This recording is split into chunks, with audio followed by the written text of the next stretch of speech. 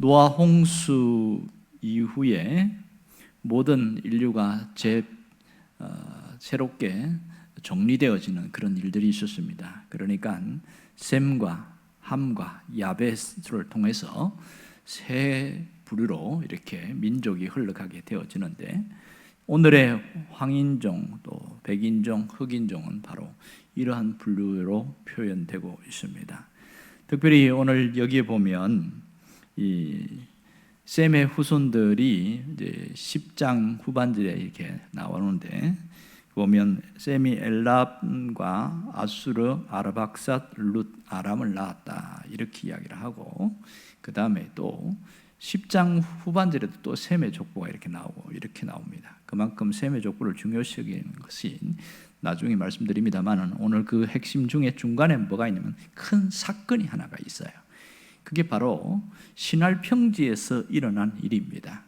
자, 아라라사는 지금의 터키 지역, 아주 높은 그 눈 속에 있는 그런 지역인데, 이렇게 묻혀버려 가지고 지금 이 발견이 안 됩니다. 그런 상황에서 이제 모든 노아의 후손들이 동쪽으로 내려가기 시작합니다. 그렇게 가다가 드디어 시날 평지에서 자리를 잡게 되어지는데, 지도를 보면 시날 평지가 항구와 굉장히 가깝고 평원 지역이라는 것을 알 수가 있어요. 그렇게 지금 오늘날의 이라크, 그리고 넓게는 이란 지역까지 여기를 전체를 봐고 있습니다. 그러니까 바벨로니아, 옛날에 그 지역이 시날 평지가 포함되어 있으니까 그렇게 보면 되겠지요. 자, 이 사람들이 그 시날 평지에 함께 모이면서 뭘 했냐면, 우리가 성읍을 싹 만들고 또 탑을 만들자 이런 얘기를 하고 있습니다. 자, 성읍과 탑을 만들자 이렇게 쓸 때 하나님께서 고민하셨다는 얘기가 뒤에 나오고 있습니다. 오죽 고민이 심했으면 삼위 하나님께서 직접 내려오셨다는 그런 표현을 하고 있어요. 자, 여기에서 보면 이들이 시날 평지에 모인 이유는 정착을 하기 위해서잖아요. 정착을 하기 위해서다. 그럼 그전에는 어떻게 살았다는 겁니까? 정착을 못하고 계속 유랑 생활을 했다는 거죠. 떠돌이처럼. 아마 그건 몇 가지 이유가 있겠지요. 일단은 농사가 되지 않아서 먹고 사는 것이 문제가 되니까 살 수 없어서 또 내려가고 또 적당한 집이 없으니까 또 이동하게 되어지고, 또 땅이 뭐 사막이라든지 하여튼 살기 적합하지 않으니까 사람들이 계속 움직이는 거예요. 그렇게 해서 시날 평지에 사람들이 많이 모였는데, 여기에서 이제 집을 짓기 시작하고 여러 사람들이 모여서 이제 함께 움직이기 시작합니다. 그런데 10장에 보면 니므롯이라는 게 나오잖아요. 함의 네 번째 아들인 니므롯이 용감한 사냥꾼 이렇게 나오는데, 용감한 사냥꾼을 제가 지난 시간에 인간을 사냥꾼이다 이렇게 이야기했죠. 그러니까 너무 힘이 세니까 자기가 스스로 왕이 되어서 사람들을 노예처럼 부려먹고 이런 일들이 있었습니다. 이것이 시날 평지에서 그때 일어난 일들입니다. 뭘 했을까요?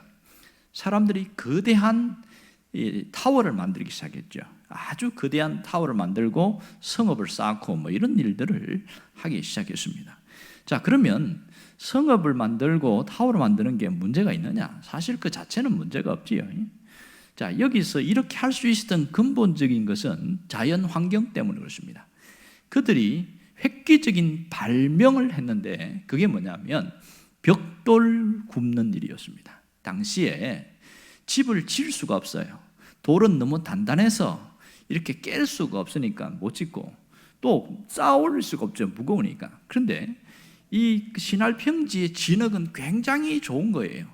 거기다가 이 벽돌을 굽는 획기적인 그런 발명을 하다 보니까 언제든지 자기들이 원하는 모양대로 만들 수 있고, 구우니까 단단한 돌처럼 되는 거예요. 이것은 뭐 몇 년이 가도 이거는 뭐 그대로 쓸 수 있는 그런 일이고, 또 거기다가 그 사이사이를 채워 넣을 수 있는 게 뭐냐면 역청이라고 있죠. 역청. 그 노아가 방주를 지을 때도 그 틈새 방수 처리를 역청으로 했잖아요. 이들도 그 시날 평지에 역청이 굉장히 많이 나오는 겁니다. 지금으로 말하면 석유지요. 석유가 나오는데 그 뭐 널려 있는 거예요. 천연적으로. 그걸 가지고 이렇게 사이사이 쌓아나가니까 아주 견고하고 방수 처리도 잘 돼가지고 너무너무 좋은 거예요. 이렇게 쌓아나가는데 여기서 그냥 그쳤으면 참 좋으련만 이들이 큰 실수를 하게 되는 것이 있습니다. 그게 뭐냐면 그들이 우리가 이렇게만 있을 게 아니고 이제는 높은 타워를 만들고 여기에다가 우리의 이름을 내자 이렇게 이야기합니다. 우리의 이름을 내자. 오늘 이게 가장 큰 고민이었죠. 지금 이들이 가장 큰 문제는 어떤 집을 짓고 운집해서 사는 것이 문제가 아니라 우리의 이름을 내고 또 하나는 흩어짐을 면하자, 두 가지를 하고 있습니다. 자, 하나님이 가장 싫어했던 것이 뭐냐면 이 부분이었어요. 첫 번째는 생육하고 번성하여 땅에 충만하라 이렇게 이야기를 했잖아요. 노아한테. 그것을 벌써 멈춰서 자기들끼리 집단적으로 살면 그럼 행복하냐? 거기는 소수의 사람들만 권력을 가진 사람들은 행복하겠죠. 나머지 다수는 다 노예처럼 아주 짐승처럼 살아가니까 이거는 정상적인 하나님이 원하는 모습의 삶이 아닌 거지요. 또 하나는 자기들의 이름을 내기 위해서 벽돌을 쌓아 올립니다. 한 장 한 장 쌓아 올리면서 뭘 했을까요? 하나님을 자기들의 머릿속에서 지워버리기 시작한 거예요. 이게 가장 큰 문제였습니다. 벽돌을 발라면서 하나님을 정면으로 밀어내기 시작하는 것. 벽돌이 한 장씩 올라갈 때마다 하나님을 지워내기 시작하는 거예요. 이것이 그들에게 가장 심각하고 안타까운 일들이었다 이렇게 할 수 있습니다. 이 당시에 그러니까 이 노아 홍수 지난 이후에 벽돌을 굽는 이 발견은 아주 위대한 발견을 할 수 있습니다. 이런 일은 굉장히 위대한 일이죠. 자, 이런 일로서 결국은 이들이 자기 삶이 흩어지고 문제가 된 것은 근본적으로는 벽돌을 발명이 아니고 하나님을 벽돌로 대신하는 것, 이것이 가장 큰 문제라는 것을 오늘 우리가 발견하게 되었습니다. 오늘 이 바벨탑 사건은 인본주의와 인간의 욕망을 따른 그 교만함의 극치가 여기에서 잘 나오고 있습니다. 오늘 이것은 우리가 익히 많이 아는 바고 또 제가 몇 번 설교를 한 부분도 있는데 이 하나님을 밀어낸다는 건 무슨 말입니까? 하나님을 정면으로 부인하고 이제는 우리가 하나님 없이 살겠다 이런 표현이잖아요. 이제 이게 심각한 거지요. 하나님 없이 살겠다. 이것이 모든 민족들이 같이 흡수되기 시작한 겁니다. 아마도 니무롯이 워낙 강한 사냥꾼이다 보니까 왕으로 등극하면서 다른 셈족들도 함족, 야벳 이렇다 어떻게 다 거의 노예처럼 부려먹지 않았을까? 소수의 사람들 외에는 그런 생각을 해봅니다. 지금도 많은 사람들이 무슨 얘기하냐면 지금 현대에도 바벨탑을 쌓아가는 사람들이 굉장히 많더라 그런 얘기합니다. 바벨탑이 과연 진짜 있었을까? 이런 것에 의문점이 참 많잖아요. 제가 역사 공부하면서 그 수메르 문명의 지구라트라는 것에 대해서 공부를 한 적이 있어요. 지구라트는 지금도 역사책에 나오고 하니까 지금도 발견되고 있는데 그 지구라트가 다양하게 나와 있습니다. 그 중에 하나가 바벨탑이었어요. 하나님이 묻어버려서 발견이 안 되고 있는데 그 중에 하나가 바벨탑이었다는 거죠. 그러니까 그 당시에 여러 개의 지구라트가 있었는데 바벨탑이 가장 높은 것이었는데 중간에 멈췄겠죠. 그리고 묻혀버렸으니까 지금도 발견이 되고 있지 않습니다. 자, 이렇게 할 수 있었던 것은 함의 넷째 아들인 니무롯이 문화를 형성하면서입니다. 메소포타미아 문명, 그 지역이 그 시날 평지가 문명이 발상지거든요. 메소포타미아 문명이 이제 시작되어지는데 거기서부터 굉장한 일을 해내는데 가장 문제는 하나님께 우리 이름이 어디까지 하나님께로까지 올라가도록 하자, 이게 핵심이었습니다. 그러니까 그들이 하나님께 도전하게 된 이유가 동기가 무엇일까? 이것이 가장 큰 고민이었죠. 하나님을 도전하는 것은 뭡니까? 물론 여러 가지 얘기를 하는데 그 노아 홍수 때 그 가장 트라우마가 비만 오면 겁을 낸다고 그래요. 그것 때문에 그런 얘기 있지만 근본적인 심리는 뭐냐면 교만함이 가장 근본적인 심리겠지요. 제가 언젠가 이 설교를 하면서 그 얘기를 한 적이 있는데요. 이 타워를 만들었을 때에 맨 꼭대기에 뭘 만들었냐? 신전을 만들었다. 그 얘기했습니다. 신전을. 자, 여기에 나온 요세푸스 기록이라든지 이를 보면 뭐가 있냐면 이 니무롯의 아내가 세미라미스라는 여인입니다. 이 여자가 보통 여자가 아니에요. 그 강력한 니무롯이 바벨탑이 중단되면서 사람들이 흩어졌잖아요. 그러면서 니무롯이 어떻게 죽었는지 죽었어요. 근데 이 세미라미스가 오랫동안 살았는데 세미라미스가 남편이 죽고 난 다음에도 그 왕위와 모든 영화를 누리면서 사생아를 낳습니다. 사생아를 낳고 이름을 담무스라고 그래요. 이 여자가 얼마나 머리가 좋았는지 그래 죽은 자기 남편의 시체를 파내가지고 그걸 토막내서 전 지역으로 다 보내는 거예요. 그러면서 니무롯이 환생했다 이렇게 거짓 소문을 퍼뜨리기 시작합니다. 근데 이 담무스가 에스겔서 8장에 나오거든요. 이 이스라엘 백성들이 담무스 신을 위하여 기도하는 장면이 나온단 말입니다. 이때부터 뭐가 나오냐면 담무스가 태양신이고 세미라미스가 그 태양신, 신의 어머니 이렇게 됐습니다. 더 황당한 것은 자기 아들과 이 담무스와 세미라미스가 결혼을 합니다. 이 엄청난 짓을 하고 있어요. 그런데 이게 모든 지금 일어나는 신들의 어떤 여신들의 기원이 바로 세미라미스입니다. 이게 가나안 종교 왔을 때의 바알은 담무스의 후예고 아세라는 세미라미스의 후예였습니다. 이것이 지금 천주교로 오면서 세미라미스는 성모 마리아로 변신돼 버렸습니다. 이름만 성모 마리아라는 것을 갖고 모든 사상과 모든 것은 이 세미라미스에서 근거화됩니다. 그래서 우리는 우상이라고 이야기하는 이유가 여기에 있는 것이죠. 신전을 만들어 놓는 것, 이것이 가장 극단적인 문제였습니다. 오늘 여기서 우리가 정말 죄가 창세기에서 흘러온 그 죄가 여기서 만연해서 완전히 그냥 심각해지는 것을 볼 수 있지요. 여기서 죄는 뭐냐? 하나님께 등을 돌리는 것. 이게 죄라고 할 수 있겠지요.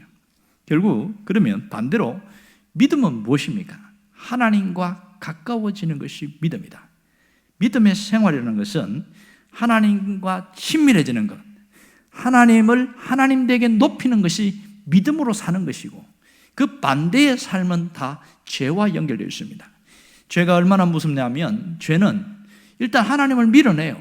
하나님과 등을 돌리고 자신이 주인 노릇 하려고 하는 것이 죄의 특성입니다.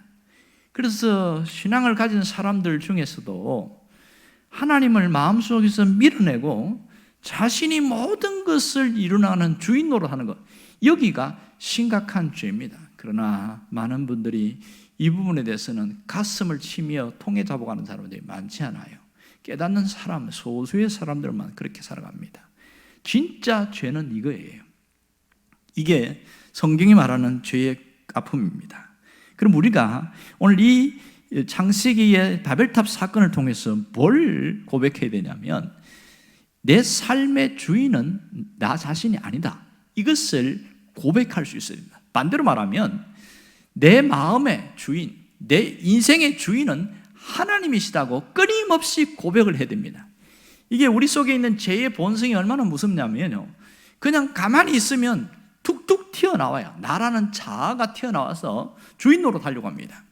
이것을 짓누를 수 있는 강력한 무기는 자기 자신이 주인이 아니라고 부정을 할 때부터 내가 바뀌기 시작합니다.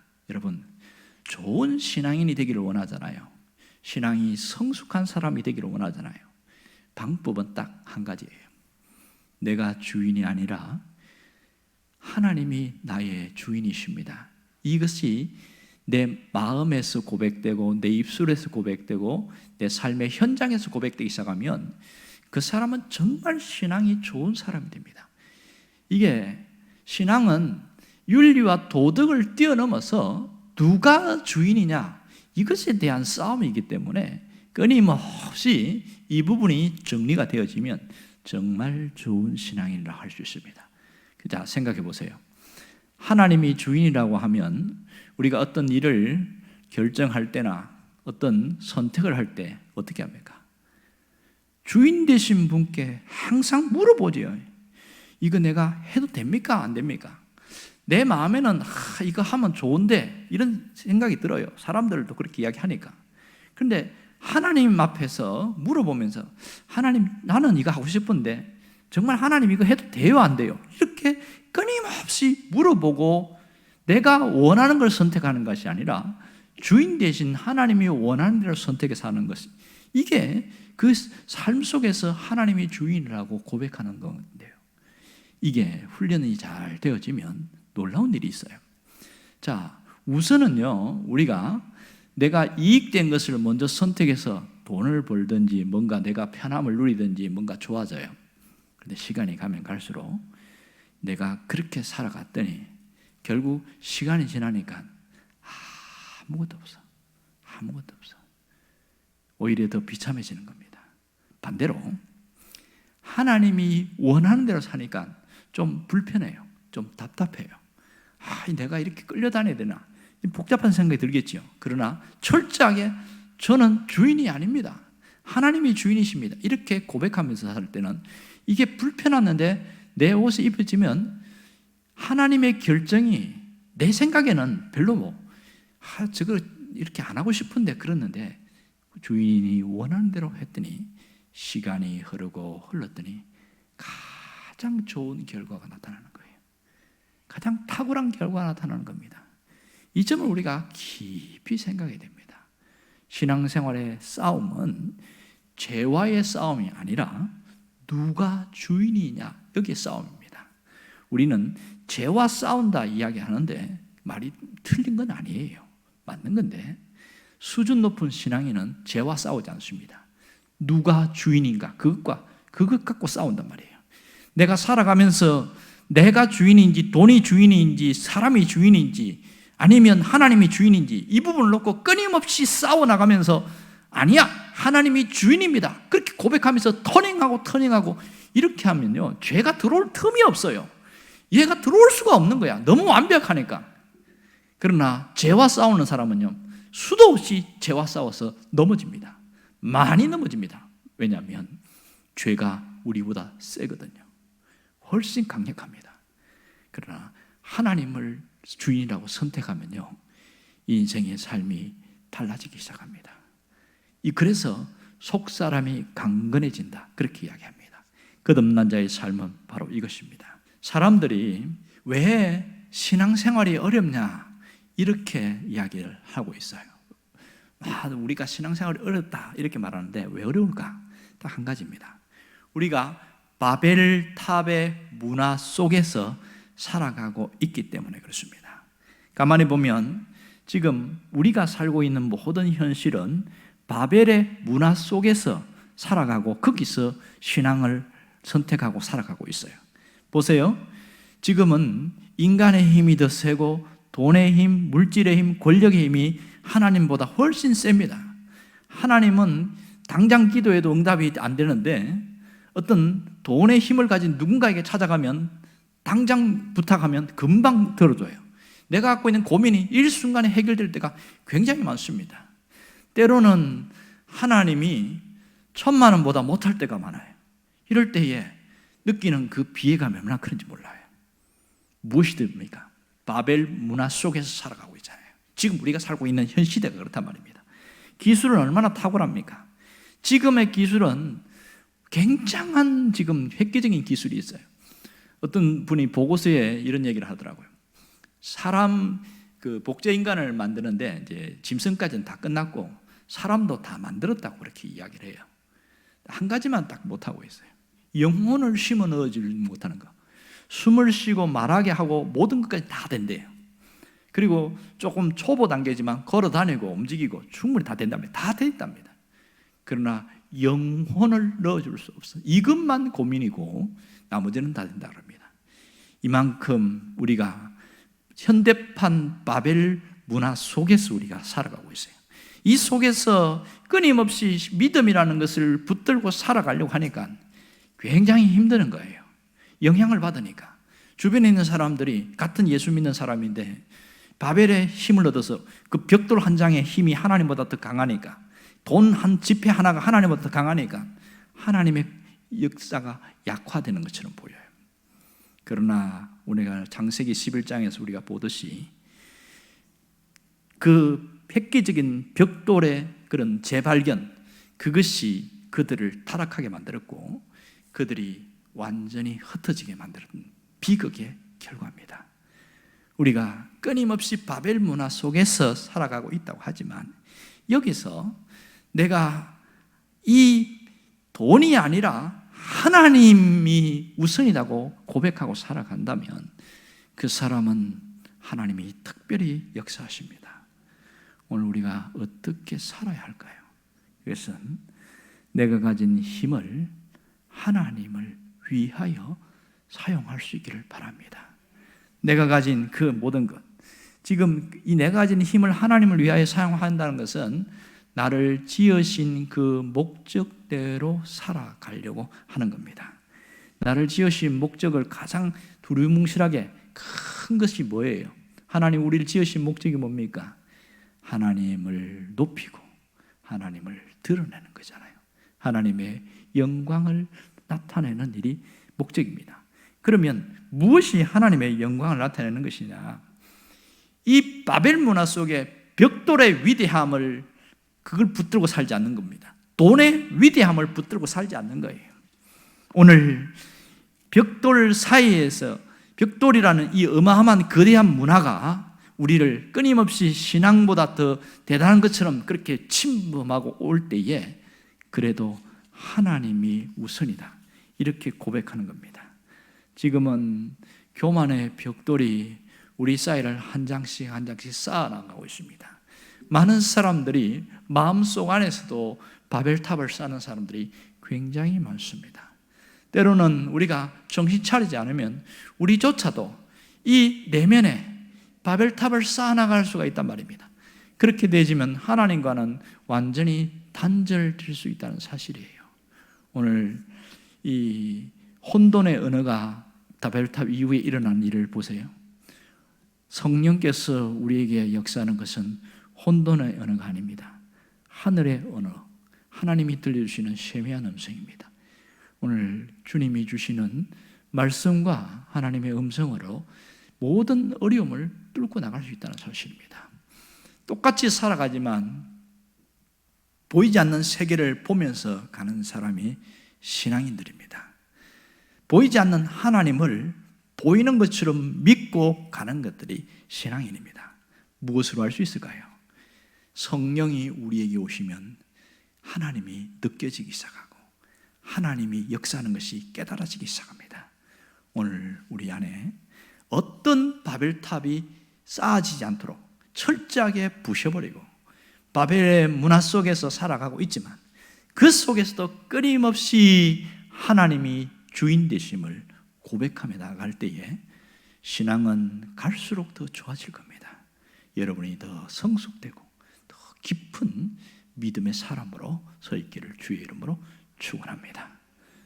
기도하겠습니다.